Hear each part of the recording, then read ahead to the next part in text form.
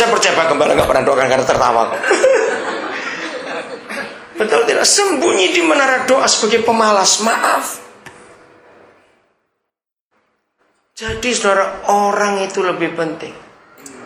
Saudara harus punya roh yang rakus melihat orang-orang berdosa diselamatkan, bukan dikristenkan. Dan itulah hati Yesus. Apalagi nih, pikirkan nggak cuma nyanyi di gereja, nyanyi di jalanan, nyanyi di kafe mana, pakai lagu-lagu yang nggak usah ada kata-kata Yesuslah Tuhan, yang sekuler, untuk menjangkau orang-orang itu. Apa saja yang kita pikirkan, bagaimana orang-orang diselamatkan, selalu begitu. Nah, kalau kita sudah bertumbuh, kita pergi, kita akan menyala dengan sendirinya. Bagian terakhir, saudara, kita lihat Daniel pasal 12. Kitab Daniel pasal yang ke-12. Kita melihat ayat ini. Papa minta kita jadi ini. Daniel 12 ayat yang ketiga. Glowing, menyala, bersinar, bercahaya. Dan orang-orang bijaksana, kalau saya ganti, dan orang-orang Kristen, anak-anak Bapa di surga, orang-orang benar, akan bagaimana? Percaya seperti cahaya cakrawala. Dan yang, nah ini dia, bukan akan, nanti telah menuntun berapa? Banyak orang kepada siapa? Siapa kebenaran itu? Yesus. Karena dia berkata, akulah jalan, akulah kehidupan, akulah kebenaran. Seperti bintang-bintang tetap untuk selama-lamanya. Kita semua belajar sejarah. Zaman dulu, nenek moyang manusia, sebelum ada alat-alat navigasi yang hebat seperti sekarang, di laut, mereka pakai apa? Ngelihat apa? Untuk penunjuk arah? Bintang. Itu luar biasa. Nah, kemauan Papa di surga, saudara dan saya, itu jadi penunjuk arah orang yang bingung sekarang ini. Jadi seharusnya di mana kita berada, orang gak perlu kehilangan arah. Saya beri kalimat begini, saudara dengar. Dari tahun 70-an saya sudah pakai konsep ini. Setiap kali ada berita orang bunuh diri, ya dengar ya, setiap kali ada berita. Hampir 3 minggu yang lalu saya syok melihat orang Semarang bunuh diri. Saya lupa siapa namanya. Istrinya kan calon wakil wali kota. Ya ndak, aduh belengenes betul.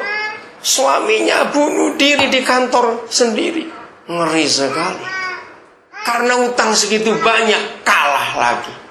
Itu negara ini jahat. Nah ini, buat saya, setiap kali ada orang yang bunuh diri, maka yang sangat-sangat bersalah dan yang harus disalahkan nomor 1 adalah gereja di dekat rumah orang itu tinggal.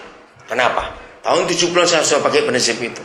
Kenapa? Kalau ada orang bunuh diri, maka yang sangat bersalah dan patut disalahkan adalah gereja di dekat rumah orang itu tinggal. Cepat jawab, kenapa? Ayo. Kenapa? Kenapa gereja di dekat rumah orang itu tinggal patut disalahkan? Gini aja, orang bunuh diri itu karena apa? Putus asa, stres. Nah, kenapa harus gereja disalahkan? Karena gereja nggak bisa memberi jawaban.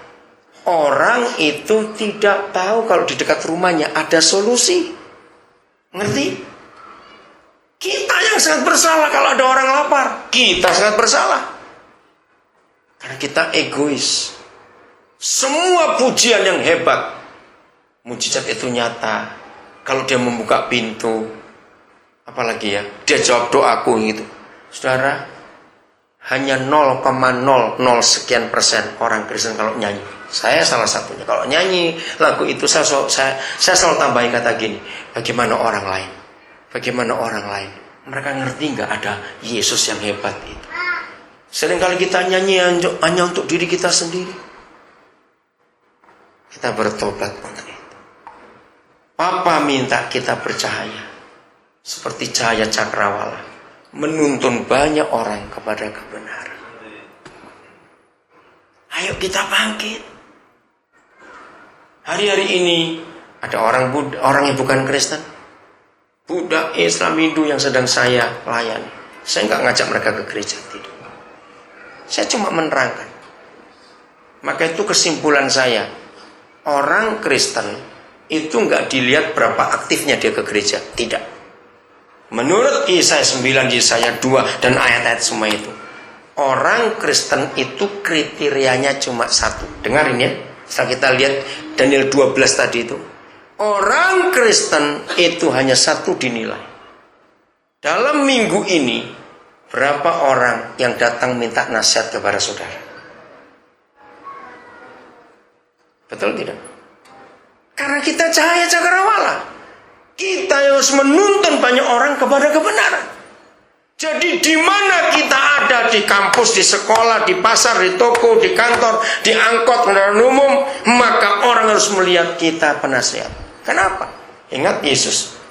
Kita semua hafal bukan Yesaya 9 ayat 5. Yesus namanya ada berapa? Loh, so gini kok nggak tahu tuh teman ya. Yesus ada berapa namanya? 4. Apa saja? Penasihat ajaib. Oke, itu dulu. Saudara pernah baca nggak? Ada kalimat di atas itu. Dan orang menyebutkan dia. Orang memanggil dia dengan 4 nama itu. Bukan Papa di surga yang memberi Yesus nama penasihat ajaib. Pertanyaannya, kalau orang menyebut Yesus dengan nama penasihat ajaib, jadi kerjaannya apa? Menasihati. Nah, kita harus jadi penasihat juga. Maka itu kalau ada orang mati bunuh diri, yang salah pasti kita. Sebab orang itu nggak tahu ada penasihat ajaib di tempat.